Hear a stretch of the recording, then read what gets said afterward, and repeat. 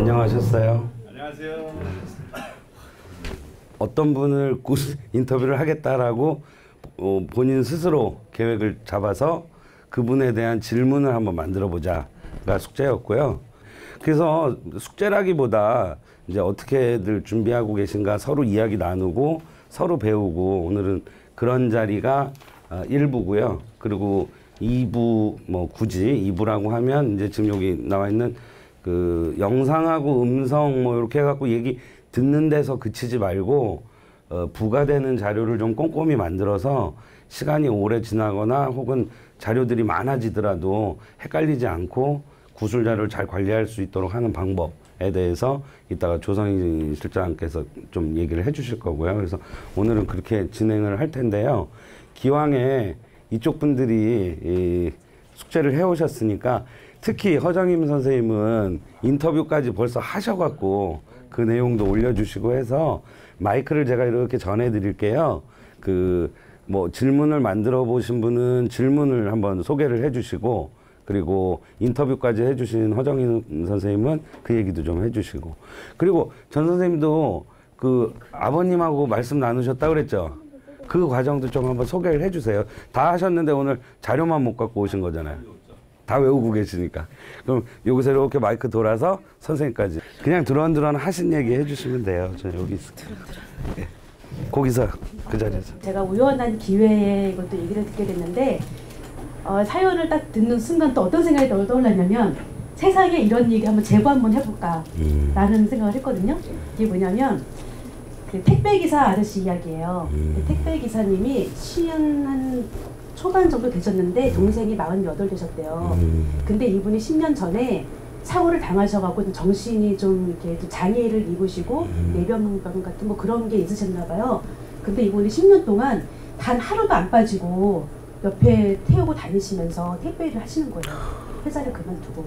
그래서 왜 그러냐 그랬더니 집에다가 두면은 그게 배변이 좀 자유롭지 못하니까 아내분한테 너무 미안하고 집을 주인도 그렇고 또 시어머니도 모시고 하시는데 그래서 좀 안쓰러워서 자기가 데리고 다닌다고 하더라고요.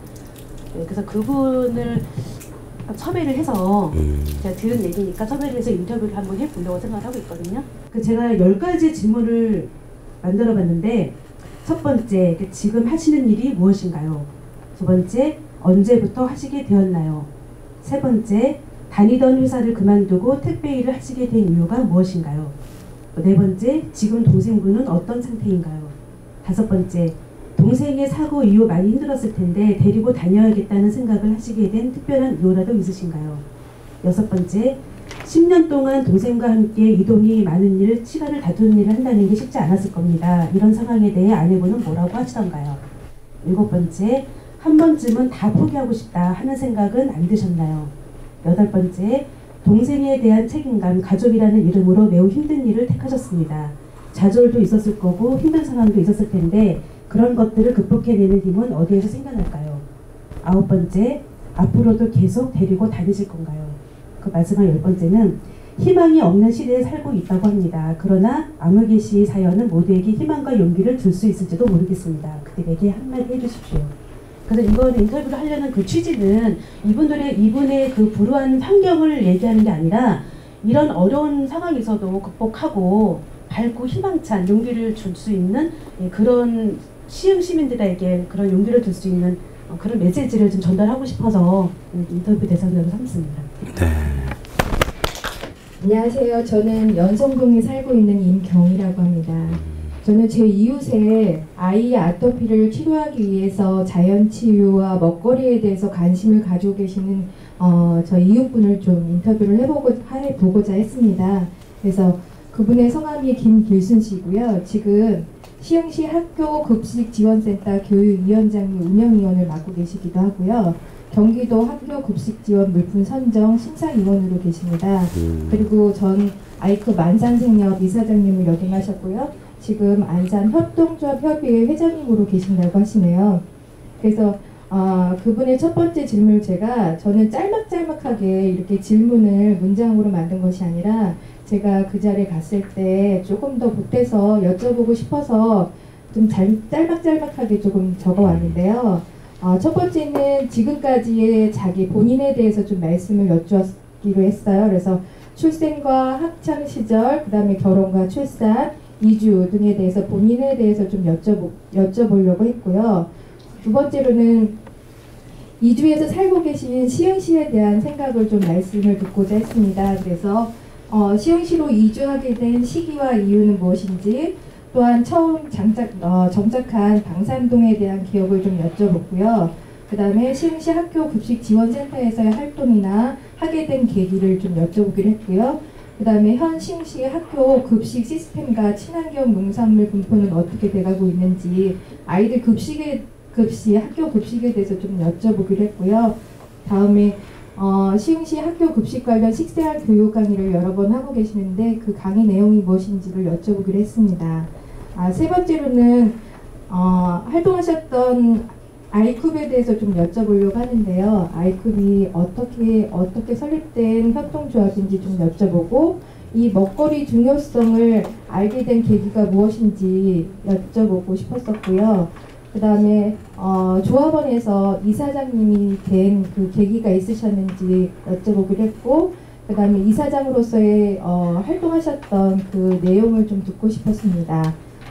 네 번째로는 지금은 안산협동조합협의회 회장님을 하고 계신데요. 이 협동조합에 대해서 좀 여쭤보고 싶었어요. 그래서 협동조합이란 무엇인지 좀 여쭤봤으면 좋겠다고 생각했고요. 그 다음에 이 다양한 협동조합들이 설립되고 있는데 어떤 종류의 협동조합들이 있는지 좀 알아보고도 싶었습니다. 그래서 협동조합 소개도 좀 들어보고 싶고요. 그 다음에 미래의 협동조합의 역할에 대해서 좀 여쭤보고 싶었습니다. 그래서 지금도 많이 협동조합이라는 것이 이제 만들어지고 있는데 이 협동조합들이 가야 할 길이 무엇인지 조금 여쭤보고 싶었었고요. 그 다음에 본인이 앞으로의 계획이 있다면 마지막으로 좀 여쭤보고 싶어서 질문을 작성했습니다.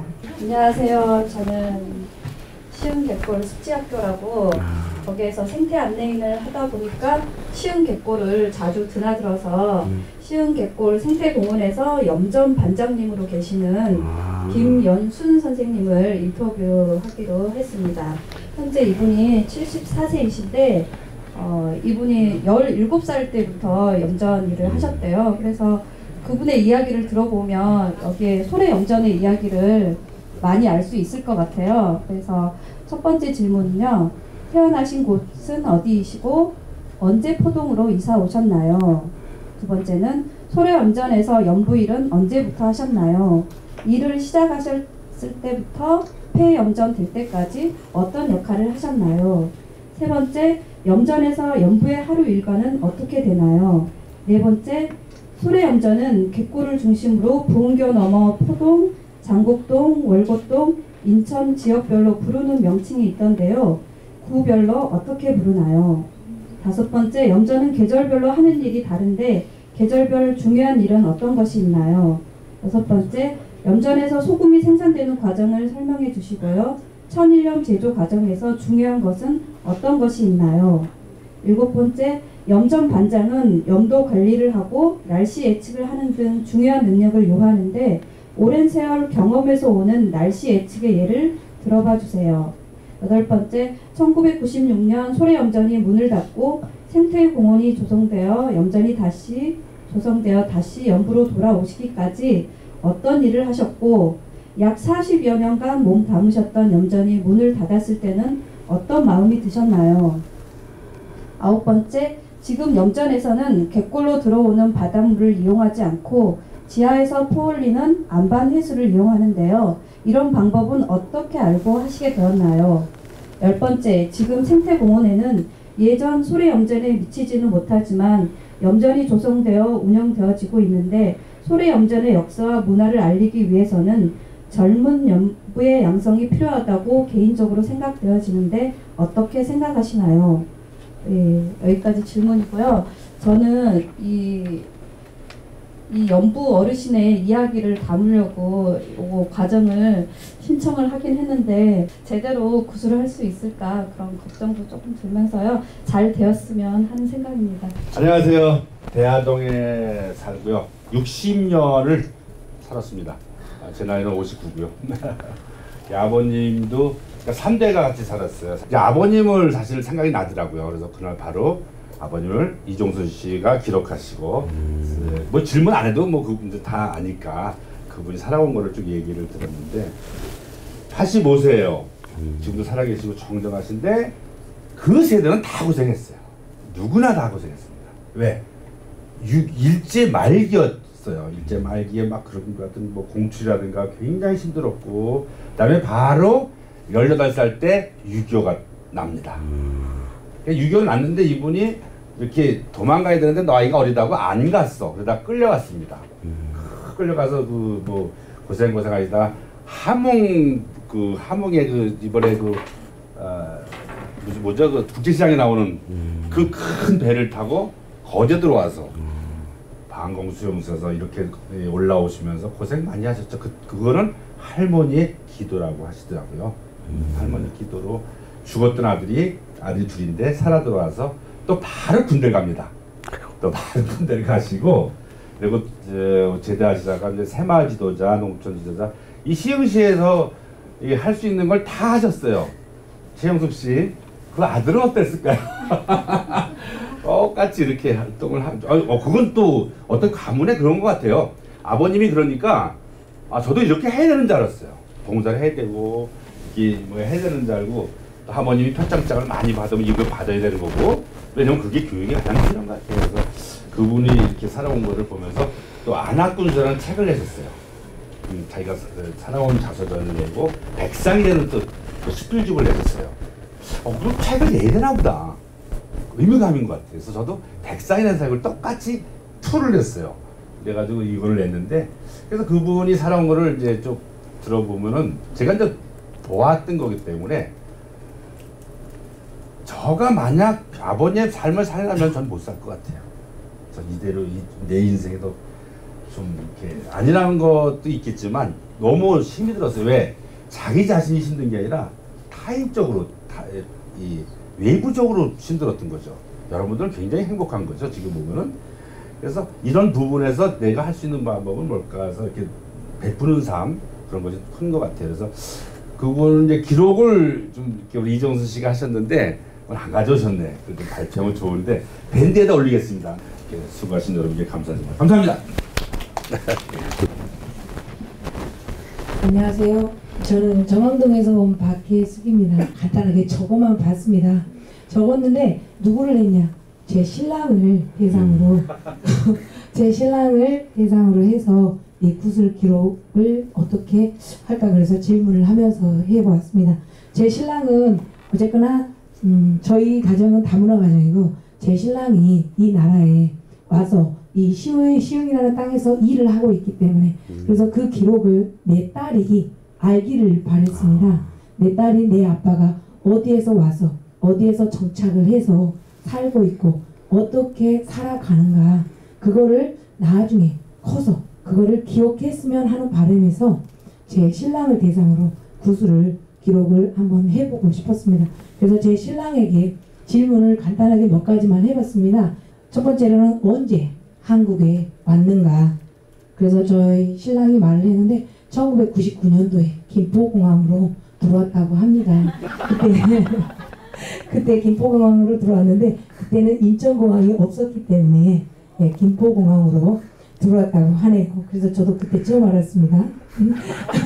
그리고 고향은 어디인가 이제 물어봤습니다. 저희 신랑 고향은 방글라데시입니다. 그래서 거기에서 여기를 오게 되었고요. 어떻게 한국에 일을 하러 오게 되었는가. 그리고 한국에서는 처음 어떤 일을 시작하게 되었는가 제가 물어봤습니다. 저도 제 신랑에 대해서 잘 모르기 때문에 이 기회를 통해서 물어보았거든요. 그리고 한국에 와서 힘들었을 때는 언제였는가, 뭐 어떻게 한국 여자와 결혼할 생각을 했는가, 그것도 물어봤습니다. 한국에 살면서 불편한 점은 무엇이었는가, 그리고 이제 문화적 차이를 느꼈을 때가 언제냐, 어떻게 극복해내고 있는가에 대해서까지만 제가 질문을 했었습니다. 나중에 더 제대로 된 기록물 만들어 보겠습니다. 네, 안녕하세요. 정왕 본동에서 온 백재현입니다. 만나서 반갑고요. 네, 저는 그 정황본동에서 그 아동 청소년에 대해서 고민을 오랫동안 그 지역에서 살고 고민하고 업을 그로 삼아서 했던 그 지역아동센터 센터장에 대해서 그 인터뷰 질문지를 만들어 보았습니다.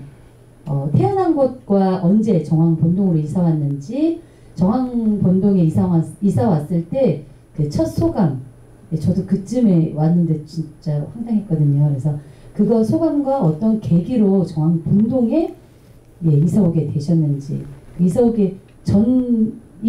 왔던 그 장소하고 이곳하고는 굉장히 동떨어져 있던 거거든요. 그래서 어떤 이유로 이사 오게 되셨는지, 그리고 정황동에서의 그 사회복지사들이 근무하는 곳이더라고요. 지역아동센터가. 그래서 사회복지사로서의 하루 일과는 어떤지, 시흥의 지역아동센터는 몇 개 있는지, 지역아동센터는 어떤 곳이고 지역아동센터의 역할은 무엇인지, 그리고 지역아동센터의 가장 중요한 일은 어떤 일이라고 생각하는지, 지역아동센터의 업무들이 되게 많거든요. 그래서 그리고 가장 지역아동센터 운영하면서 어려웠던 것들은 어떤 일들이고 언제였는지, 그리고 지역아동센터 그 하루 일과는 중복됐네요. 그리고는 제가 궁금한 게 아니라 같이 근무하시는 분들이 궁금하다고 해서 몇 가지 적었는데, 지역아동센터에 근무하는 분들은 어떤 분인가요? 라고 제가 이제 질문했고, 다른 분들이 하고 있는 것은 그 지역아동센터에 근무하시는 분들이 어떤 이유로 그 일을 하게 된 그 계기나 동기가 뭔지, 그리고 그 대상이 지역아동센터를 하게 된 것하고 마찬가지로 꼭 왜 대상이 아동 청소년의 교육복지여야 하는지, 그리고 그렇게 자란 아이들이 이후에 어떻게 성장하기를 바라는지, 그 다음에 학부 전공이랑 지금 하고 있는 일하고는 굉장히 다른데 그 연계하는 과정에 어떤 일이 있었는지, 그리고 결혼하지 않은 이유는 어떤 이유인지, 또 혹시 앞으로의 결혼 계획은, 그리고 시흥에서 노년을 보낸다고 했는데 구체적으로 어떤 삶을 계획하고 있는지, 이런 것들을 같이 근무하시는 분들이 질문해 주셨고요. 그리고 이제 또 제가 고민했던 거는 요즘 이슈가 되고 있는 보편적 복지가 이루어진다면 지역아동센터의 역할이 변화가 될 건지, 어떻게 변화가 될 건지, 그리고 지역아동센터의 종사자 처우는 어떻게 되는지, 그리고 이제 앞으로의 지역아동센터의 방향과 본인이 바라는 시흥 안에서의 그 지역아동센터의 이상향은 무엇인지 이렇게 질문을 해봤습니다. 오이도에서 태어나신 그 박영흥 님이라고 선장님이 계셔요. 그분을 선정을 했고요.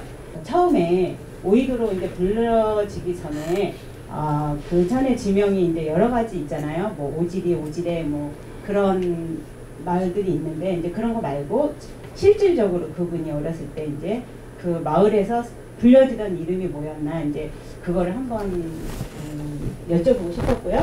선장님이 그 오이도에서 태어났을 무렵에 그 마을에서 뭐 이렇게 집들 구조라든가 풍경, 그 다음에 이제 마을 구조 이런 게 좀 궁금했어요. 이제 그런 것들을 한번 여쭤보고 싶고, 또 그리고 거기에서 이제 저도 오랫동안 살면서 어렸을 때 놀이문화를 못 들었던 것 같아요. 그래서 한번 어렸을 때 어떤 놀이를 하고 지내셨나 그게 궁금했고요.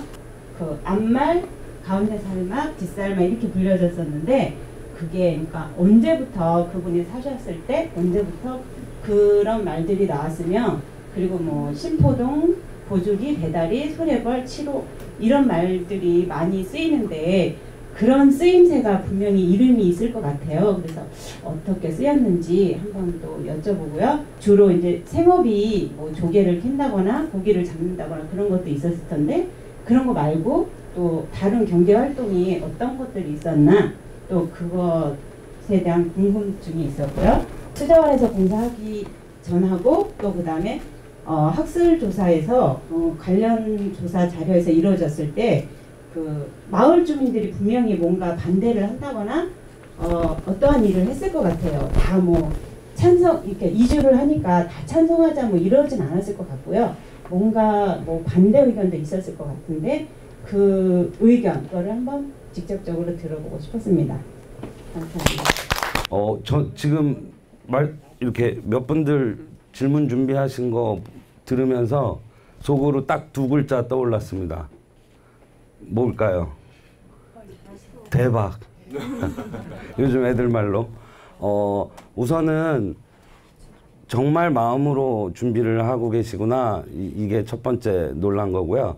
두 번째는 오늘 말씀 나온 분들 얘기만 들어도 그게 시흥이겠구나. 그런 생각이 들었습니다.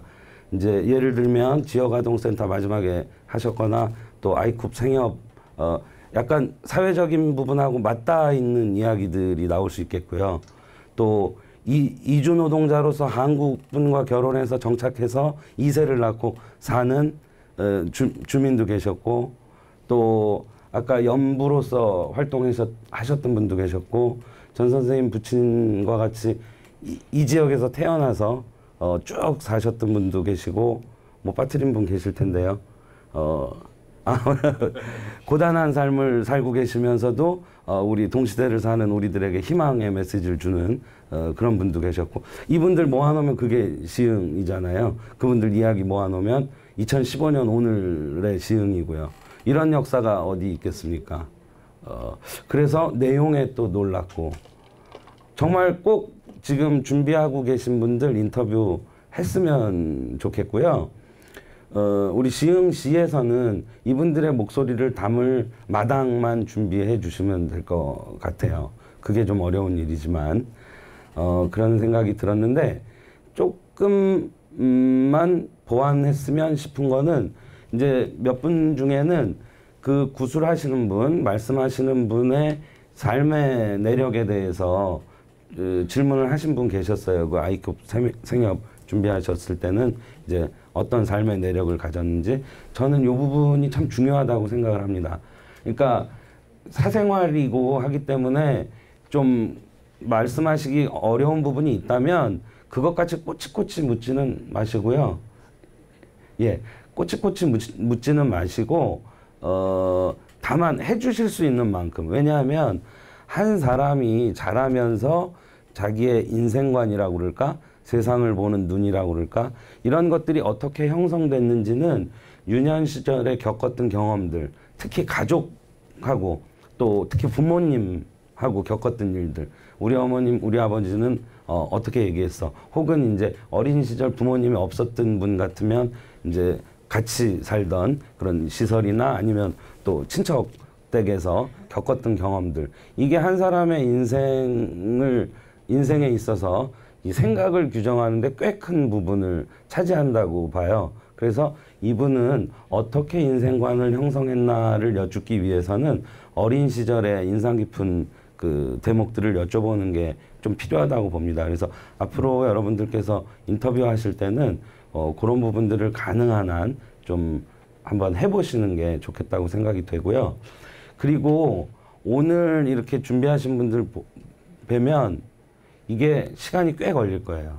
한 번 갖고는 아마 인터뷰가 안 끝날 거거든요. 그런데 한 번 이야기를 시작해서 하자면 요즘 다들 바쁘시고, 또 그리고 너무 길게 얘기하면 힘들기도 하고, 그래서 전에도 말씀드렸지만 길어야 3시간 정도가 적당합니다. 중간중간 쉬어가면서 해도.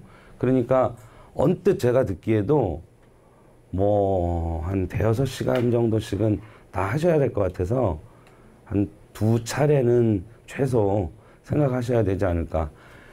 같이 사시는 분은 틈틈이 하시면 되는데, 시간을 맞춰서 만나야 될 분들은 아마 그런 부분은 좀 마음의 준비를 하시고 했으면 좋겠고요. 지금 생각했던 것보다 적극적으로 많이 준비를 해 주셔갖고요. 제가 힘이 되게 많이 나고, 어떻게 할까 저 고민을 좀 해볼게요. 조를 나누는 것도 참 좋겠고, 혼자서 꼭 하셔야 되는 분은 또 혼자 하시고, 그래서 요거를 약간의 계획을 이따가 공유하고요. 우리가 9강째던가요? 발표를 하는 시간에 같이 한번 쫙 공유하고, 전 선생님 제안대로 할 수 있으면 책으로 내서 또 한 분씩 나눠 갖고 그러면 큰 기념이 될 것 같습니다. 예, 일단은 숙제 검사는 여기까지 하고, 원래 숙제 안 해오면 저 뒤에 가서 손 들고 서 있고 그래야 되는데 제가 엄청 착하죠? 예. 농담이었고요. 아까 말씀드린 대로 우리가 지금 이제 영상 또는 음성 이런 이제 파일로 남겨서 그걸 자료로 만들려고 하는데, 그것만 남기면 시간이 오래되면 이게 뭔지 할 수 있어요. 그래서 기본적으로 요즘 이제 사회적으로 하는 구술 프로젝트들에서 같이 산출물 남기는 방식들이 있거든요. 그거를 전체를 한번 소개를 하고 그 중에 좀 우리 마을 기록에서 그래도 꼭 신경 써서 남겼으면 좋겠는 거 몇 가지를 조성희 실장께서 설명을 좀 해주실 겁니다. 함께 듣고 오늘 듣고 양식이나 뭐 이런 게 필요하시면 요청하시면 저희가 이제 정리해서 다 나눠드리겠습니다. 구술 기록에는 음성이나 영상 이외에도 여러 가지 산출물이 있습니다. 그래서 우리가 왜 그 산출물을 만들어야 되는지, 그리고 그 산출물에는 어떤 것이 있는지, 그리고 어떻게 만들어야 되는지에 대해서 설명을 드리겠습니다. 우리가 구술 산출물을 왜 만드느냐 하면 한눈에 전체 내용을 파악할 수 있게 하기 위해서 만듭니다. 만약에 구술 산출물이 우리가 잘 갖추어져 있다면 활용할 때 쉽고 빨리 활용을 할 수 있겠죠. 구술 기록은 구술자에게 저작권이 있습니다. 그러면 우리가 이걸 잘 사용하고 이용을 하려면 구술자의 허락을 받아야 돼요. 그래서 필요한 것이 저작권과 관련된 서류입니다. 구술을 하겠다고 하는 구술 동의서, 그리고 구술 자료를 활용해도 좋다고 하는 활용 동의서, 구술 내용을 확인하는 구술 기록 검독 확인서 등이 있습니다. 우리 이제 앞으로 구술 작업을 이제 하실 텐데요. 이게 혼자서 할 수 있는 작업이 아니에요. 그래서 여러 사람들이 같이 작업을 하게 되는데 원하는 시간 내에, 생각보다 시간이 굉장히 오래 걸리거든요. 원하는 시간 내에 우리가 구술 기록을 만들려면 구술 공정 관리도 해야 되고요. 아까 저기 선생님께서 말씀하셨죠. 우리 다 만들어서 뭐 책으로 만들자라고도 말씀하셨는데, 그러려면 그런 과정들의 기록도 다 필요해요. 그래서 우리가 어떻게 활동했는지 그 자료를 보고 알 수가 있고, 또 다른 구술 작업에 임했을 때 참고 자료로도 쓰일 수가 있어요. 제가 한 저번 주인가 TV 드라마를 한번 봤는데요. 두 번째 20살이던가 보신 분도 계실 거예요. 거기에 남자 배우 차현석이 한오라에게 상자 하나를 건네줍니다. 한오라가 상자를 열어봤더니 카세트 테이프하고 예쁜 카드가 들어있었어요. 한오라가 카세트 테이프를 들면서 했던 말이 내가 좋아했던 노래네, 이렇게 얘기를 해요. 그리고 카드를 열어봤더니 나 너 좋아해 차현석, 이렇게 써 있는 거예요. 그래서 만약에 그 테이프에 만약에 노래 제목이 없었다고 한다면, 그러면 한오라가 이거 뭐지? 이렇게 했을 거예요. 그런데 보니까 자기가 좋아했던 노래예요. 이걸 나한테 왜 줬을까? 카드에 보니까 나 너 좋아해 차현석, 누가 어떤 목적으로 이것을 주었는지 거기에 기록이 남아있는 거예요.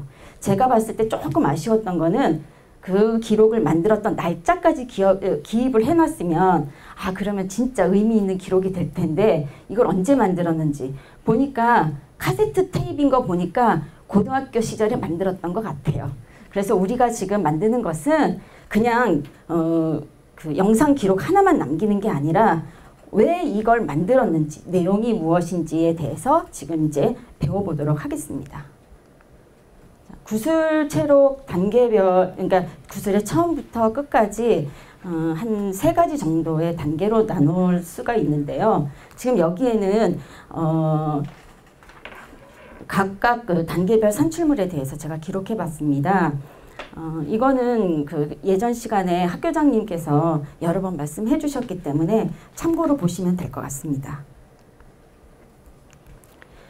우리 구술 준비 단계에서 필요한 서류들이 리드 파일, 케이스 파일, 그 사전 질문지가 있는데요. 리드 파일은 기록 수집에서 관련된 용어입니다. 이 기록물이 어디에 있을지 추정해 본 자료가 되고요. 우리 구술 기록에서는 어떤 분을 인터뷰할 것인지 그 구술자의 이름, 나이, 그 다음에 간단한 이력, 그리고 연락처 등을 기록한 그렇게 조사해본 정보를 기록하는 파일입니다. 케이스 파일은 마찬가지로 실제 이 단어 그대로 우리가 구술 접촉을 하면서 이루어졌던 과정들을 기록하는 그런 파일이 되겠고요. 그 다음에 사전 질문지. 저번에 그 학교장님께서 말씀해 주셨는데요. 이제 제가 여기서 한 가지만 조금 짚고 넘어갈 것은 저 빨갛게 쳐진 부분을 한번 보시면 이 기록은 언제, 누가, 무슨 목적으로, 누구를 면담을 했다라고 지금 기록이 되어 있죠. 저건 우리가 구술 산출물을 만드는 가장 큰 이유는 내용을 빨리 알고 활용을 잘하기 위해서예요. 그러면 영상 하나만 덜렁 있을 때 그냥 아무 맥락 없이 그냥 촬영을 했다고 쳐요. 그 내용을 쉽게 알 수가 없어요. 그런데 영상을 딱 틀었을 때 제일 첫 마디에 저렇게 나오면 아, 이 영상은 일단 내용이 뭐든지 간에 이런 목적에 의해서 누구를 구술했구나 하는 것을 알 수가 있어요. 그래서 저거는 사실은 그 구술 실행 단계에 촬영을 하면서 꼭 들어가야 되는 멘트라고 생각을 합니다. 그 다음에 이제 구술 실행 단계에서 나올 수 있는 그 산출물인데요. 아까 저작권과 관련된 그 구술 동의서, 이것은 반드시 필요해요. 왜냐하면 허락을 받아야 되는데 우리가 허락을 받지 않으면 사용을 할 수가 없거든요. 그러니까 이런 산출물을 반드시 받으셔야 되고요. 그 다음에 이제 장비에 따라서 음성이 있을 수 있고 영상이 있을 수 있고 그 다음에 6mm 테이프도 있을 수 있습니다. 그리고 마무리 단계에서는 구술자, 면담자 신상카드, 녹취문, 그 다음에 활용 및 공개 동의서, 보고서 해제, 상세 목록 등이 있습니다. 제가 지금 여기서 보여드린 것들은 공공기관에서 구술 기록을 만들 때 쓰이는 자료들입니다. 그래서 여러분들을 우리끼리 이제 이렇게 구술 자료를 만들 때 이 자료를 전부 다 구비할 필요는 없을 것 같고요. 제가 앞으로 무엇이 더 필요한지 반드시 필요한 자료에 대해서만 설명을 드리겠습니다. 리드 케이스 파일 아까 말씀드렸죠. 제가 어떻게 작성하는지 그냥 작성하라 이렇게 하면 작성 못하세요. 근데 이제 한번 보시면 홍길동 씨 이 자료는 이제 미리 말씀드릴 것은 저희가 이번 여름에 그 구술 기록을 생산을 한 적이 있었거든요. 실제로 섭외 과정에서 일어났던 일들을 기록한 것입니다. 이제 그 구술자 이름만 홍길동 씨와 송춘현 씨로 지금 둔갑을 한 거죠. 여기 홍길동 씨를 보시면 6월 16일 날 이런 목적으로 구술을 합니다 하고 전화를 드렸어요. 그랬더니 구술을 하시겠다고 말씀을 하셨어요. 그리고 그 안내문을 발송하기로 했고요.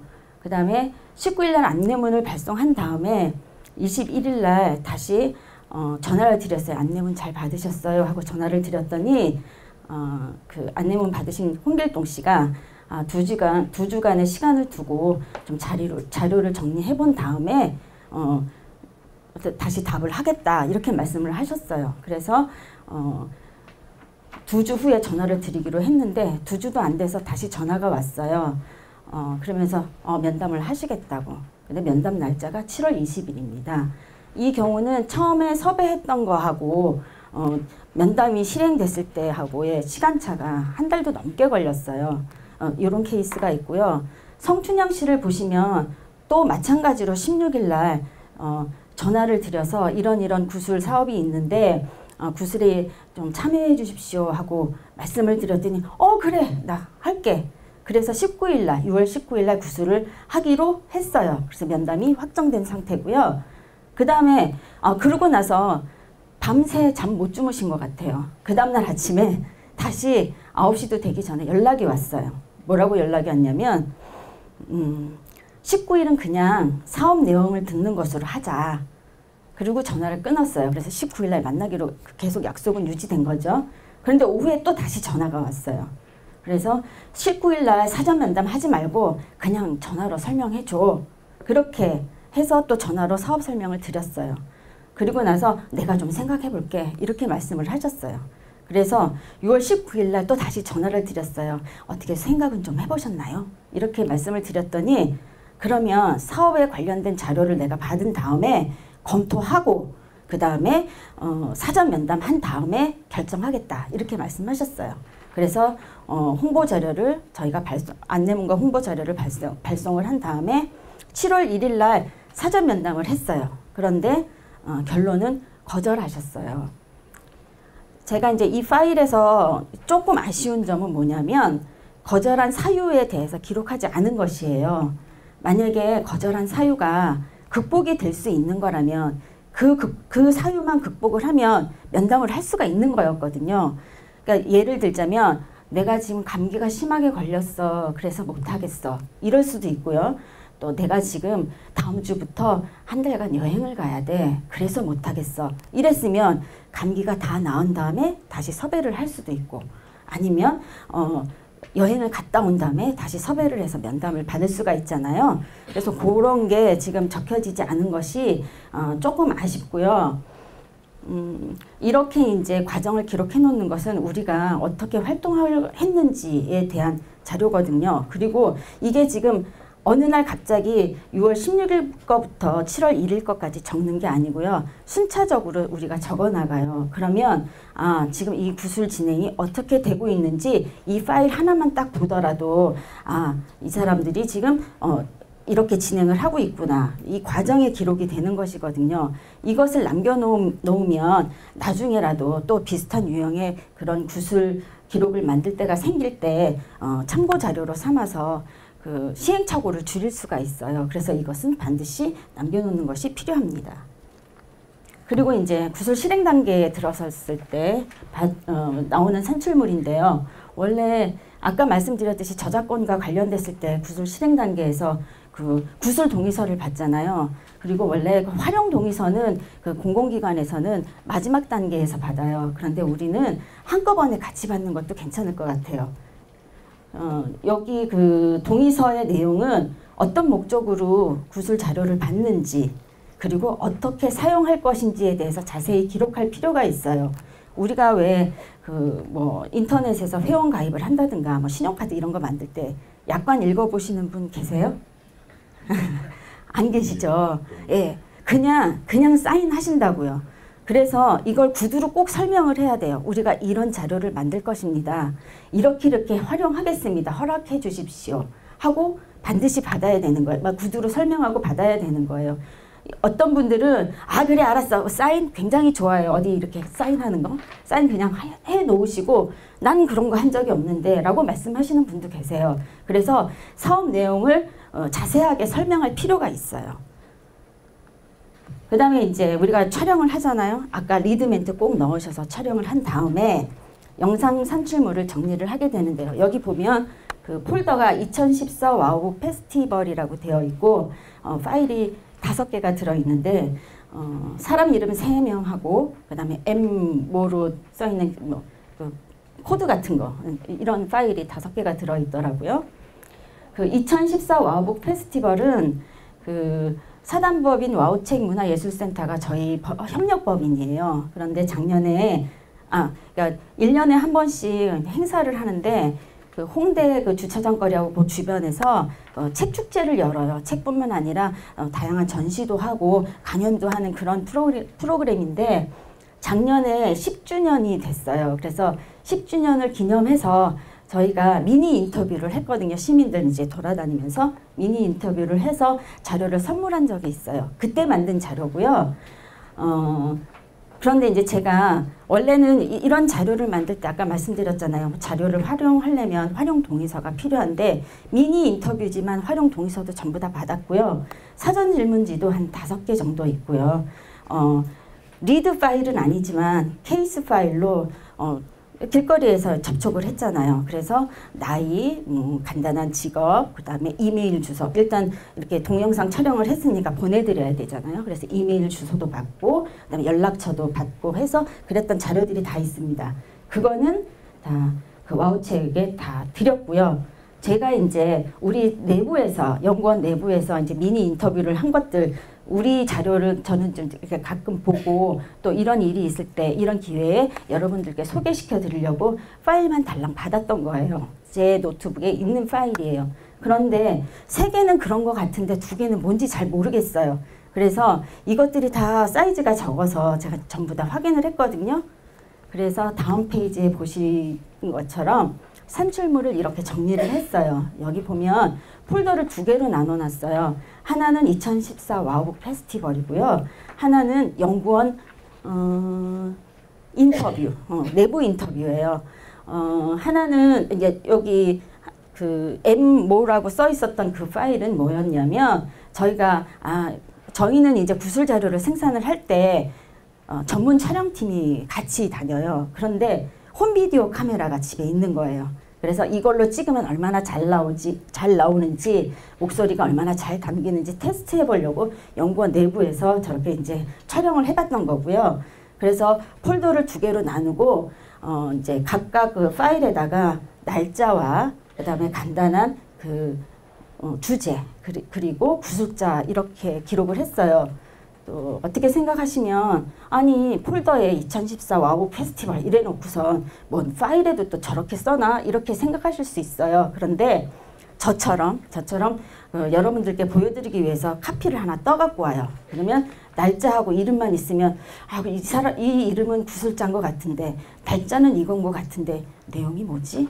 이렇게 생각이 되겠죠. 그래서 파일을 기록할 때도 자세하게 파일 이름만 봐도 이 내용이 뭔지 알 수 있게 그렇게 기록을 해놓는 것이 중요합니다. 그리고 이제 실행이 다 끝나면 구술 마지막 단계에서 이제 하는 그 산출물들인데요. 구술자 신상 기록부입니다.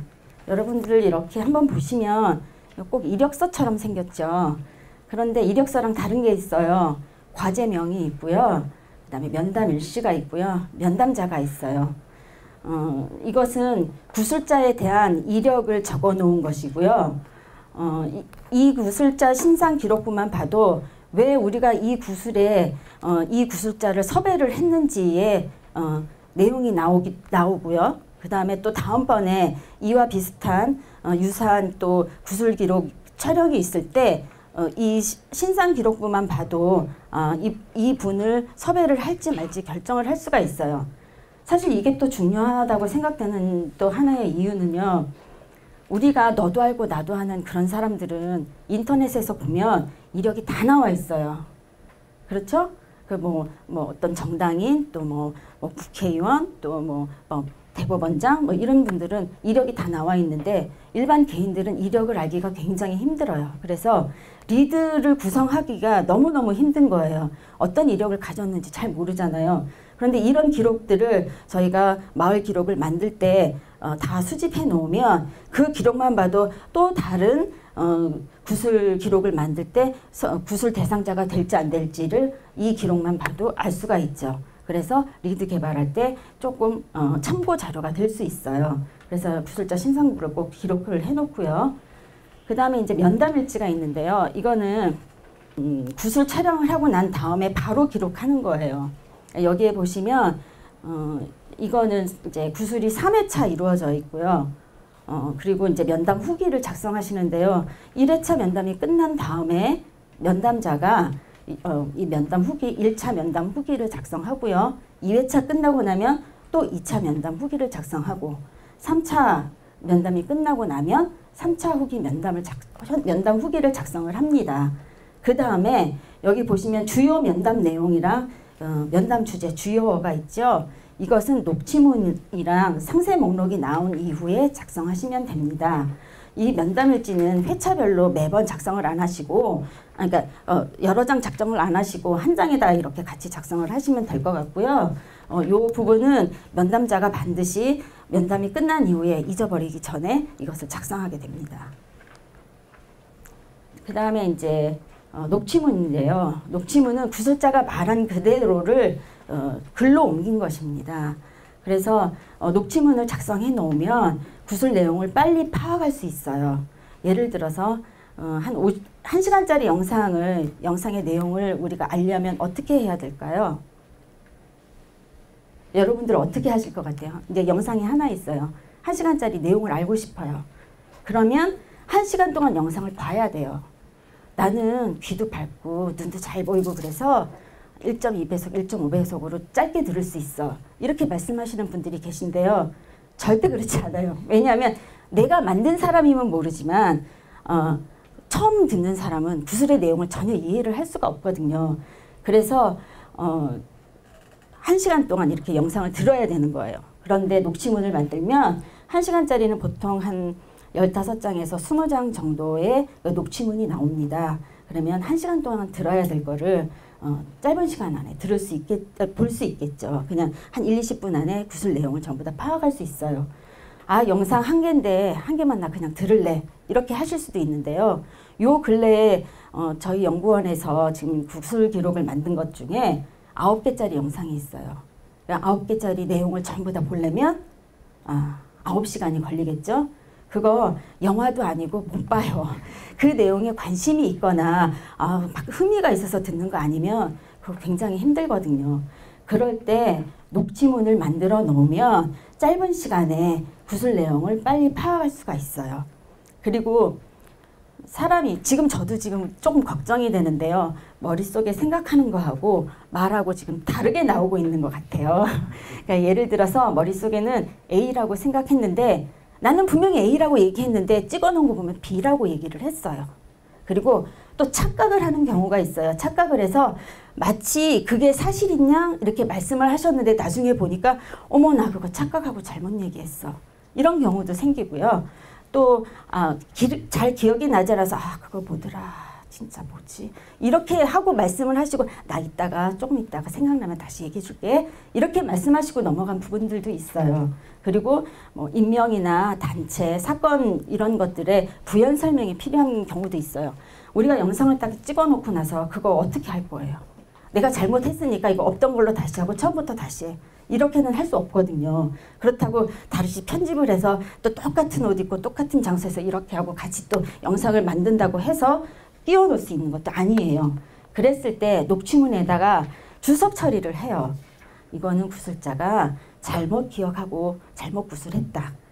이 단체는 이런 단체를 구슬자가 이렇게 표현했다. 이렇게 해서 주석 처리를 해서 영상 기록에 미흡한 부분을 보완하는 작용을 합니다. 그리고 이제 저희가 녹취문을 작성을 할 때 어떻게 하냐면 구슬 시간과 그 다음에 의미 있는 단락을 나누어서 소제목을 달게 돼요. 그래서 보통 우리 책에서 보듯이 목차에 있는 것처럼 그렇게 만들거든요. 그러면 거기에다 구슬 시간도 기록을 해서 내가 원하는 그런 주제가 있는 그 녹취문을 빨리 찾아서 보기도 하고 시간도 기록이 되어 있으니까 영상에서 이것을 확인할 수가 있어요. 빨리 쉽게. 그래서 그런 의미에서 녹취문 작성을 하고요. 이렇게 작성된 녹취문으로 그 연구 자료로도 쓰고요. 다큐멘터리도 만들고 교육 자료도 쓰고 아까 말씀하셨던 책도 만들 수 있습니다. 그래서 녹취문 작성은 그냥 영상 기록의 그 미흡한 부분을 보완하기 위해서 작성하는 거라는 거를 아셨으면 좋겠습니다. 여기서 녹취 해보신 분 있으세요? 녹취. 해보셨어요? 많이 힘드시죠? 아까 한월아 얘기 잠깐만 할게요. 드라마를 또 봤는데 한월아가 예쁜 옷을 입고 차현석네 사무실에 아르바이트를 나왔어요. 차현석이 얘기를 해요. 아니 녹취 풀러 나왔으면서 뭘 이렇게 잘 차려입고 왔어? 그랬더니 한월아가 오늘 저녁에 모임 있어. 왜? 난 모임 있으면 안 돼? 이렇게 얘기를 해요. 그리고 그 다음 장면이 뭐냐면 너무너무 예쁘게 앉아서 이어폰 꽂고 또각또각 이렇게 녹취를 하고 있는 거예요. 그거는 드라마 얘기고 실제는 그렇지 않습니다. 이거 굉장히 큰 중노동이에요. 왜냐하면 그러니까 영상 10분 정도 녹취를 풀려고 하면 초볼 녹취로도 한 1시간 정도 걸려요. 난 영상이 2개니까 하루 밤새면 다 작성할 수 있을 거야. 절대로 그렇지 않습니다. 왜냐하면 이게 손가락도 너무 아프고요. 어깨도 너무 아파서 쉬어줘야 돼요. 심지어는 한 이틀도 쉬어야 돼요. 그러니까 하루 종일 작업하고 나면 몸이 풀릴 때까지 한 이틀 정도도 쉬어줘야 된다고요. 그러니까 시간이 굉장히 많이 오래 걸리는 작업이에요. 그리고 우리가 서로 이렇게 대화를 할 때는 무슨 말인지 다 알아요. 저분이 이런 말씀을 하시는구나 다 알아요. 하지만 녹취문은 구술자가 말하는 그대로 영상 기록물의 보조작용이기 때문에 보조수단이기 때문에 똑같이 기록을 해요. 심지어는 이게 뭐지? 이런 것까지 전부 다 기록을 하거든요. 그러니까 들리지 않는 경우가 상당히 애매해요. 그리고 발음은 정확한데 도대체 앞뒤 맥락에서 무슨 말씀을 하시는지 전혀 모를 때가 있어요. 그리고 사투리나 외국어 등은 어떻게 표현을 해줘야 될지 그것도 굉장히 어렵고요. 지금 저처럼 손 많이 쓰잖아요. 손 막 이렇게 썼는데 이건 또 어떻게 표현하지? 녹취문만 봐도 그 구술의 내용이 뭔지를 알 수가 있어야 되는데 그러면 이런 손짓도 잘 기록을 해놔야 되잖아요. 그런데 이런 게 너무 어려운 거예요. 그래서 이거는 어떻게 하시냐면 자체적으로 기준을 만드시면 돼요. 잘 안 들리는 부분 내가 이런 기호로 표시해놔야지. 그리고 또 발음이 정확하게 들리는데 또 잘 내용을 이해를 못하겠는 부분 이 부분도 내가 이런 기호로 표시해놔야지 하고 기준을 정하시면 돼요.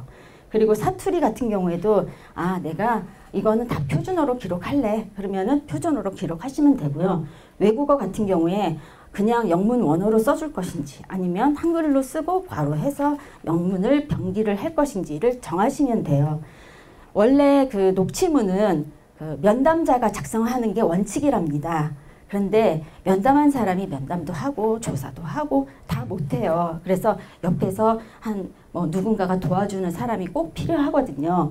그런데 이런 작성 원칙을 마련하지 않으면 도와주시는 분이 만약에 여럿이다 그러면 통일성 있는 녹취문이 나오지가 않아요. 내가 이제 영상 하나를 녹취를 푼다 이렇게 생각하면 하나 정도에서는 작성 원칙 없어도 맞아 사투리 그냥 표준어로 쓰기로 했지 영문 이렇게 달면 돼 안 들리는 거 이렇게 이 기호로 내가 처리하면 돼 이렇게 생각할 수 있지만 한 9시간짜리 녹취문을 이렇게 풀면은요 혼자 작성을 했는데도 앞부분에 마음 먹었던 거하고 기억했던 거하고 맨 마지막 부분에 내용은 많이 다르게 돼요. 그러니까 그 구술하는 기록 방식이 많이 다르게 돼요. 그래서 이것을 일관된 원칙을 마련해서 항상 보시면서 맞아 외국어는 그냥 영문으로만 쓰기로 했지 안 들리는 거 이렇게 표시하기로 했지 이렇게 해서 활용성이 높은 녹취문을 만드시면 될 것 같아요. 이 녹취문은 제가 이렇게 만들면 됩니다. 들리는 대로 치세요. 이렇게 말씀드리면 잘 모르실 것 같아서 그 다음 페이지에 제가 이제 PP장표 좀 더 준비해가지고 왔거든요. 그때 보여드리도록 하겠습니다. 녹취문에는 아까 제가 말씀드린 것처럼 구술자가 말한 그대로를 기록한 녹취문 원문이 있습니다. 그것은 구술자가 말할 때 어투 있잖아요. 이렇게 반복적으로 말씀하시는 것들이 있어요. 우리가 이제 보통 표현으로는 의미 없는 음가라고 얘기하는데 그런 것까지 전부 다 기록한 녹취 원문이 있고요. 이것은 실제로는 가독성이 굉장히 떨어져요. 그래서 그런 의미 없다고 생각되는 음가는 전부 다 제외한 유문본이 있어요. 요즘은 추세가 예전에는 구술자가 말하는 그대로를 전부 다 녹취하는 것을 원칙으로 했었는데 요즘은 추세가 유문본을 선호하는 추세로 많이 바뀌어서 녹취문도 좀 간편하게 작성을 하고 있고요. 편집본 같은 경우에는 말로 하는 걸 글로 옮기다 보면 앞뒤가 잘 안 맞는 경우가 있어요. 그래서 이게 말이 잘 되게 우리가 만드는 편집본도 있을 것이고요. 자막용 같은 경우에는 영상에 자막을 만약에 입힌다 그러면 구술자가 말하는 것까지 전부 다 입힐 것인가 말하는 그대로를 입힐 것인가 키워드만 입힐 것인가 아니면 면담자가 질문하는 것만 입힐 것인가 정하셔서 자막용 녹취문을 만드시면 됩니다. 이 녹취 작업이 저는 제 표현으로는 토 나오는 작업이라고 표현을 하거든요. 처음에 웃고 시작해서 그래 할만해 웃고 시작해서 이제 못하겠다 이런 생각이 드는 토 나오는 작업이에요. 근데 여러분들도 지금 이제 우리 구술 기록 만들 거잖아요. 그러면 지금 이렇게 배우신 대로 녹취문 만드셔서 우리 같이 한번 활용해 보도록 하는 것도 좋을 것 같습니다. 이거는 저번에 학교장님 어머니 구술했던 그 내용이에요. 아까 제가 부연 설명이 필요할 때 각 주석 단다고 말씀드렸잖아요. 이런 식으로 지금 여기에 인공 치아에서는 이렇게 했을 때 인공이 인민공화국 해서 출처까지 달아준 거예요. 그러니까 여러분들이 혹시 이제 녹취문 작성하시면서 또 잘못 구술자가 나 잘못 기록한 것 같은 게가 다 없었던 일로 해줘 이렇게 말씀하실 때 이렇게 녹취문에 다 보완이 되니까 걱정 안 하셔도 됩니다. 이렇게 말씀하시면 될 것 같아요. 그 다음에 아까 제가 그 목록, 그 책의 목록처럼 목차처럼 기록한다고 그랬잖아요. 이것도 실제 있었던 거예요. 이거는 이제 철원 지역에 그 베트남에서 철원으로 시집 오셔서 식당을 운영하시면서 사시는 베트남 이주 여성에 대해서 저희가 이제 구술을 뜬 건데요. 이거는 그 프로젝트가 있어서 저희가 이제 이런 구술 작업을 했습니다. 여기 보시면 내용의 의미에 따라서 단락을 나눠서 소제목을 달게 되면 제일 앞장에 이렇게 그 소제목을 기록을 해 놓아요. 그러면 저희가 녹취문을 이 소제목만 딱 봐도 이 내용이 대체적으로 무슨 내용의 녹취문이구나. 이 영상은 이 영상에 홍마이 1-1에 들어가서 27초부터 11분 19초까지 그 영상에 근황과 어린 시절이 있는데 이 사람이 어린 시절을 어떻게 지냈는지 한번 보자. 이랬을 때 들어가서 볼 수 있는 자료가 되는 거죠. 우리가 이런 구술 산출물을 만드는 거는 활용을 잘하기 위해서 만드는 거예요. 그러니까 생각을 해보시고 어떻게 하면 잘 활용할 수 있을까? 왜냐하면 기록을 다 만들어 놨는데 장롱 속에 넣어둘 거면 기록 안 만드셔도 되죠. 나 혼자만 몰래 볼 거면 그런 욕심쟁이가 어디 있어요. 이렇게 기록을 만들어서 같이 나눠보는 것에 더 의미가 있다고 생각을 하거든요. 그래서 이제 쉽게 알아볼 수 있도록 이렇게 여기 보면 면담 일시도 나와 있고 회차는 1회차 1회차에 영상 2개를 찍었고요. 그 내용이 지금 여기에 보이시는 이런 내용들입니다. 아까 잘 안 들리는 부분 어떻게 기록할까 궁금하셨죠?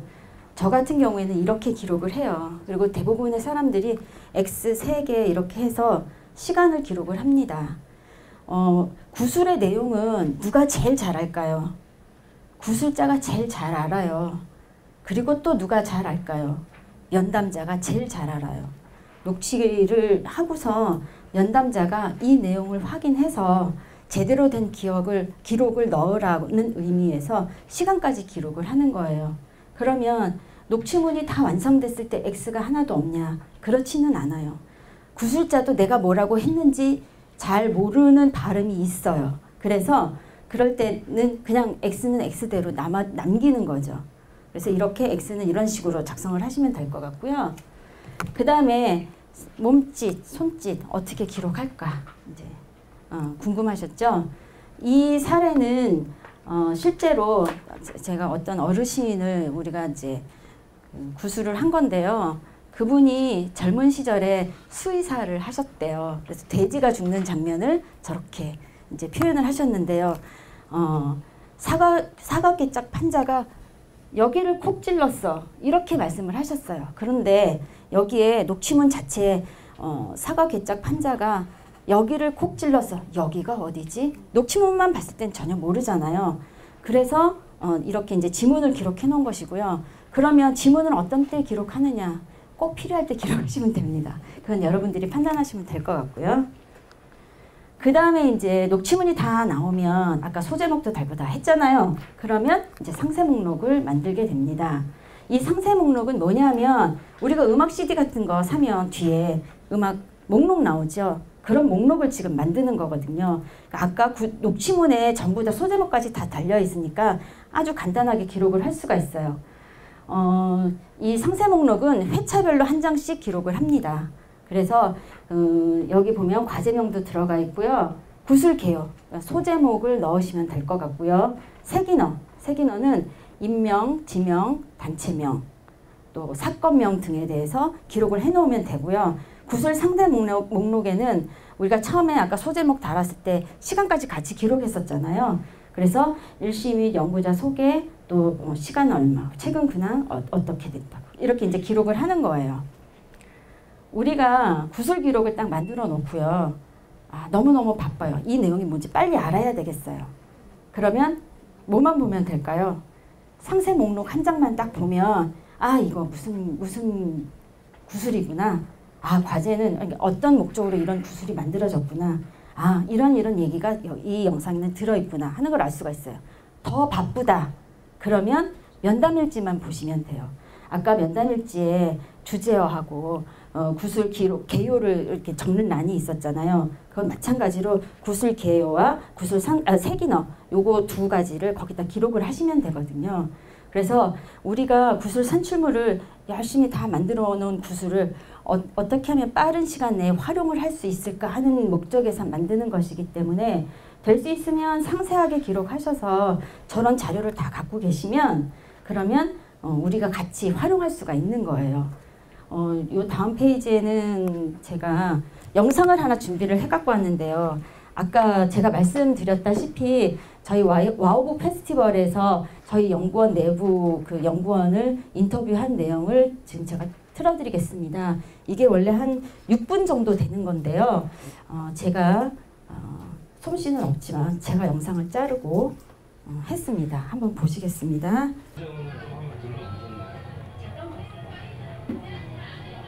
또 한번 들어볼 생각이 있으시죠? 이제 제대로 봐요. 굉장히 길더라고요. 위에서부터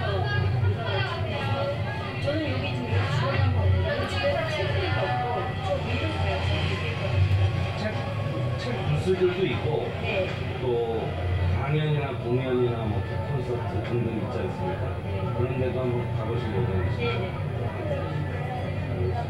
그러면 뭐 지금까지 뭐가 제일 인상 깊었냐 이렇게 여쭙기는 네, 아직은 전부 다 보질 않았기 때문에 보고 나면 뭐가 좋았다라고 이게 10년이나 됐다고 그러지 않습니까?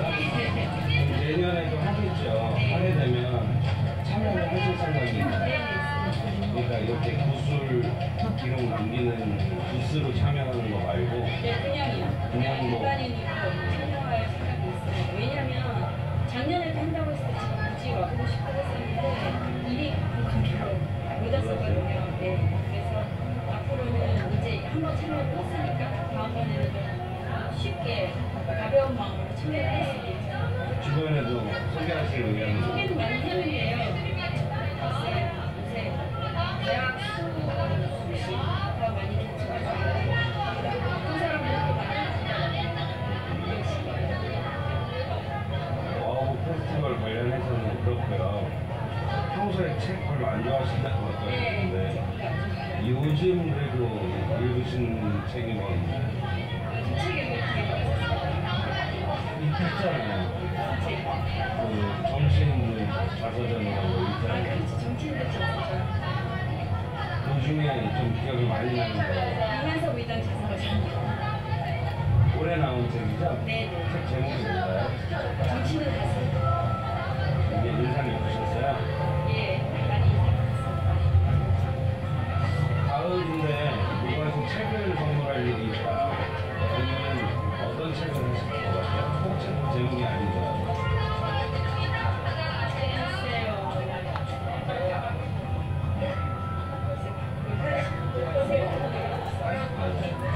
알겠습니다.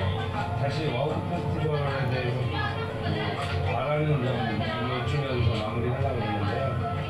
뭐 제안이 됐던지 아니면 지금 행사 같이 하시는 입장에서 건의사항이 있던지 이런 게 있으면 좀 말씀해 주십시오. 올해 처음 참여를 했는데요. 앞으로 이 와우 페스티벌이 오래오래 장수하는 페스티벌이 됐으면 좋겠고요. 어제는 너무 피곤해서 일찍 들어갔는데 오늘은 저녁 때는 일찍 주변 곳에서 행사하는 게 많아요. 참여를 할 생각합니다. 그래서 앞으로 와우 페스티벌 더 건설하고 더 좋은 프로그램을 많이 만들어주셔서 우리 일반인들이 편안하게 쉬고 놀러 갈 수 있는 네, 고맙습니다. 네, 감사합니다. 네. 저거는 그 미니 인터뷰인데 아까 말씀드렸다시피 그 사전 질문지도 한 5개 정도 질문이 있었고요. 제가 뒷부분만 자른 것입니다. 그리고 지금 주변 환경이 소리가 너무 막 시끄러워서 제 목소리가 이 예쁜 목소리가 잘 안 들리잖아요. 그래서 제가 태어나서 처음으로 자막이라는 걸 만들어 봤습니다. 이렇듯이 자막 만드는 거 그렇게 어렵지 않고요. 해봤더니 별로 어렵지 않더라고요. 저희는 항상 구술 기록을 만들 때 그 촬영해 주시는 분이 계셔서 그분이 자막도 입혀주시고 뭔가 요청을 하면은 즉각 해주셨는데 제가 이제 이렇게 여러분들하고 나눠서 보겠다고 하는데 어떻게 개인적인 일로 해주세요 이렇게 할 수가 없어서 열심히 인터넷 검색을 해가지고 툴을 하나 찾아서 해봤습니다. 자, 어떻게 하냐면 이거는 자막을 입히기 전에 녹취문을 먼저 만들었어요. 그래서 녹취문을 쫙 입혀놓고 영상을 틀어가면서 싱크를 맞춘 거예요. 그래서 여기 지금 글쎄 요새 대학 수시가 많이 겹쳐가지고 바쁜 사람들은 또 많이 바쁘더라고요. 제가 그렇게 얘기했거든요. 요 싱크가 요거예요. 딱 해서 등록 딱 누르면 자막이 입혀지는 거예요. 이거는 영상에다 자막을 씹는 게 아니고요. SMI라고 자막 파일이 따로 있어요. 그래서 이제 이렇게 싱크만 맞춰 놓으시면 만약에 목적이 바뀌었어요. 녹취문 그대로 작성을 할 게 아니라 키워드만 작성하겠어 하면 싱크는 다 맞아 있으니까 키워드만 바꿔서 넣으시면 될 것 같아요. 이렇게 해서 자막을 이렇게 입혀봤습니다. 여러분들이 이제 어차피 구술 기록을 만들 거면 요즘 추세가 영상 많이 찍잖아요. 나 홈비디오 카메라가 없는데 어떡하지 이렇게 걱정하지 마시고요. 주변에 찾아보면 카메라 저렴하게 빌릴 수 있는 데 있어요. 그래서 카메라 빌리셔서 영상 촬영한 다음에 저 아무것도 모르는 아줌마거든요. 그래도 인코딩도 다 하고 자르기도 하고 자막도 다 입혀봤어요. 혼자서. 여러분들도 충분히 하실 수 있으니까 이렇게 해서 구술 영상이랑 이런 부대 선출물까지 다 만드셔서 우리 나중에 여러분들이 만드신 자료 구술자한테 그 저작권에 관련된 동의서 다 받으시고 저한테도 한번 보여주셨으면 좋겠습니다. 예, 감사합니다. 아까도 말씀드렸지만 이제 지금 소개한 거는 이제 보통 공공기관에서 이렇게들 하고 있다라는 거고요. 어떤 음식을 만들어 먹고 싶을 때 똑같은 요리라고 해도 들어가는 재료들 다 다르잖아요. 집집마다 취향마다. 그러니까 뭘 예를 들까요? 돼지갈비를 하고 싶어요. 돼지갈비 하고 싶으면 집집마다 다 재료가 다르니까 장을 뭐 봐올까 생각하잖아요. 그래서 장을 봐서 재료를 준비하는 거까지가 촬영하는 거예요. 녹음하는 거예요. 저 부대 자료를 만들어 놔야 필요할 때 맛있게 먹을 수 있거든요. 그냥 영상만 딱 있으면 뭔지 몰라요, 이게. 찍은 사람은 알죠. 근데 당장 내 가까운 사람만 해도 모르고 우리 식구들도 모르고 자기만 아는 거예요, 자기만. 그래서 집에 있는 재료, 사온 재료 잘 섞어서 입맛에 맞게 만들어 놔야 그걸 누구든 와서 먹을 수 있는 거지 영상만 딱 찍어놨다고 구술기록 완성 이건 아니라는 말씀을 꼭 좀 드리고 싶고요. 그런데 기왕이면 좀 요리는 간편하고 양념도 조금 덜 써야 되니까 그런 방법을 조금만 더 고민해서 저희가 갖고 있는 양식을 최소화해서 한번 올려드려 볼게요. 작업을 해보셨으면 좋겠는데 정말 어렵지 않아요. 누구나 하실 수 있어요. 한 번만 하면. 안 해보셨다거나 이제 이런 경우에 번거롭네 하시겠지만 한 번만 해보면 누구나 하실 수 있고요. 다만 이제 좀 잘하거나 빨리 하거나 이러려면 여러 번 하다 보면 그건 되는 거지. 저게 특별히 잘하는 사람 따로 있고 못하는 사람 따로 있고 이런 문제가 아니거든요. 그래서 기왕에 이제 마음을 모아서 시간까지 내서 내 몸도 움직여 가면서 귀한 기록을 만드는데 기왕이면 잘 만들면 좋잖아요. 그러니까 조금만 더 수고하셔서 좋은 기록 만드셨으면 좋겠고요.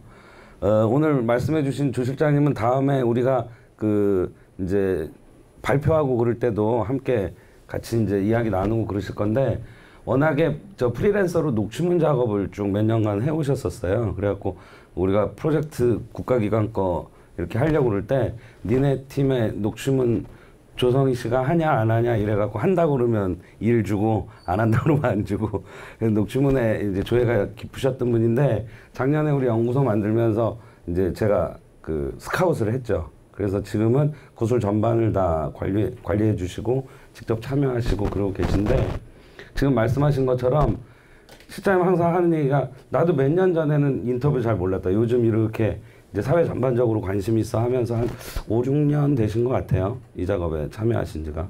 지금은 이제 능숙하게 이렇게 하고 계신데, 그래서 아까 녹취문 관련해서도 나름대로는 여러 가지 경험을 말씀해 주셨는데, 저도 공감이 가는 게, 어르신들하고 말씀 나누다 보면요, 최근에 이제 제일 안타까웠던 경우가 한 분이 막 우세요. 남자분인데, 내 머릿속에 지금 하고 싶은 말이 여기 있대요. 근데 말로 안 된다는 거예요. 정말 실감이 되더라고요. 얼마나 답답하실까, 이분은. 정말 이렇게 막 눈물을 흘리시면서 내가 답답해 죽겠다고. 내가 하고 싶은 말이 여기 있대요. 안 나온대요. 그러니 그걸 어떻게 도와드려요. 그러니까 시간을 갖고 천천히 하시라고 그냥 마음 편하게 해드리는 방법밖에 없죠. 또 어떤 경우는 이제 우기시는 경우, 당신의 할아버지인데요, 그분도 당신의 형님하고 자기하고 4살 차이 난대요. 그러면서 내가 3학년 때 형이 6학년이었다는 거예요. 근데 제가 듣기에 4, 5, 6, 6학년 3살이잖아요. 그 생년월일을 봐도 3살 차이예요. 근데 저한테 그 영상 돌아가는데 자 봐, 3, 4, 5, 6, 4살이잖아요. 뭐 화를 내세요. 나중에 젊은 사람이 정신 3, 4, 5, 6, 4살. 그걸 어떻게 해요? 싸워요. 그걸. 그러니까 그럴 때는 어쩔 수 없는 거예요. 그냥 네. 그냥 그러고 넘어가고 아까 얘기한 것처럼 주석에다가 이제 말씀해 주시는 분이 잠깐 착각해서 이렇게 말씀해 주신다. 이렇게 해놔야지 현장에서 막 반박하고 이게 3살이 맞다 이래봐야 아무 소용이 없거든요. 그러니까 그리고 바로 어저께인데요. 어저께도 어떤 분이 92세인데 해방된 뒤에 2년 있다가 한국 전쟁 났다고 그러세요. 이분은 정치하셨던 엘리트인데, 그러니까 정부 수립하고 헷갈리시는 거예요. 이분은 48년에 정부 수립되고 2년 있다가 전쟁 난 거를, 근데 철떡같이 해방된 이태 후에 전쟁이 났다고 그러시는 거예요. 그래서 처음에는 이제 정중하게 정부 수립 이유라 이렇게 정정해 드렸는데 또 이제 화내시는 거죠. 그래서 제가 그건 나중에 이제 어쩔 수 없이 주석으로 정정을 해 드려야죠. 그분을 위해서 또 기록을 위해서. 그러니까 구술 진행하실 때 최대한 그 기억은 근데 어르신들이 나이 드셨다고가 아니라 젊은 사람들도 그래요. 똑같아요. 다 말실수들 하셨을 거예요. 그러니까 그거 탓할 거 없고 이제 정중하게 정정해 드렸다가 구술하시는 분이 인정 안 하시면 그냥 좀 넘어가서 계속 말씀하실 수 있게 하는 게 좋고요. 지금 그런 의미에서라도 이 녹취문은 대단히 유용합니다. 나중에 만들기가 힘들어서 그렇지 만들어 놓으면 아주 유용하니까 좀 시간을 넉넉히 잡고 조금씩 한다 생각하고 한번 만들어 보셨으면 좋겠습니다. 구술이라는 게 사실은 되게 예민하고도 어려운 작업이기도 하고 그렇습니다. 그런데 아까 쉬는 시간에도 어떤 분께서 이제 저한테 물어보시는 게 다른 전문 분야에 대해서 뭔가 물어보려면 좀 공부를 해야 되지 않겠나 하는 질문을 하셨는데 저는 그 질문 내용에 동의합니다. 그러니까 내가 모르는 어떤 전문 분야를 여쭤보려면 이제 최소한의 준비는 해가야지 너무 동떨어진 질문을 하거나 이렇게 하면 그게 무례할 수 있겠죠.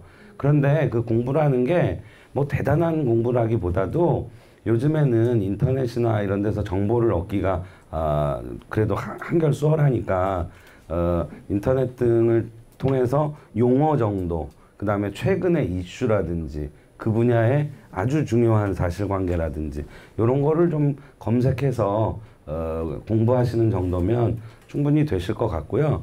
중요한 거는 우리가 하는 이런 그 일상 속에서의 인터뷰를 가지고 뭔가 엄청난 역사적 사실관계를 밝혀낸다기보다는 우리들이 평소에 살고 있는 그냥 일상의 삶, 또 우리의 생활 습관, 또 우리의 관심사, 이런 거를 기록으로 남기자고 시작한 거기 때문에 그분이 제일 잘 말씀해 주실 수 있는 그런 내용을 여쭤보면 되는 겁니다.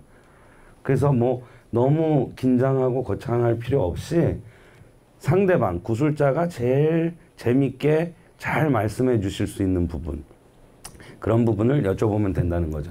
예를 들면 한 지역에 오래 사셨다고 해서 그분이 그 지역의 유래를 꼭 알라는 법은 없어요. 시흥에서 6대째 사셨다고 해서 그분이 시흥이 왜 시흥이 됐는지를 알아야 될 이유는 없어요. 오히려 그분의 가업이라든지 그분이 제일 오래 살았던 동네의 변천 과정이라든지 그분이 다녔던 초등학교의 이야기라든지 그게 훨씬 그분에게는 수월하고 정확하게 기억할 수 있는 내용이죠. 그러니까 대화를 나눠가면서 그분이 제일 재밌고 정확하고 신나게 말씀해 주실 수 있는 걸 묻는 게 우리 구술의 특징이지, 이분을 통해서 대단한 역사적 사실을 어떻게 얻어내려고 이럴 필요는 없다고 생각을 합니다. 우리들의 삶을 기록으로 남기자라는 게 우리의 모토이기 때문에 저는 그렇게 진행했으면 좋겠습니다. 예, 오늘은 여기까지 하겠습니다. 조심히들 돌아가십시오.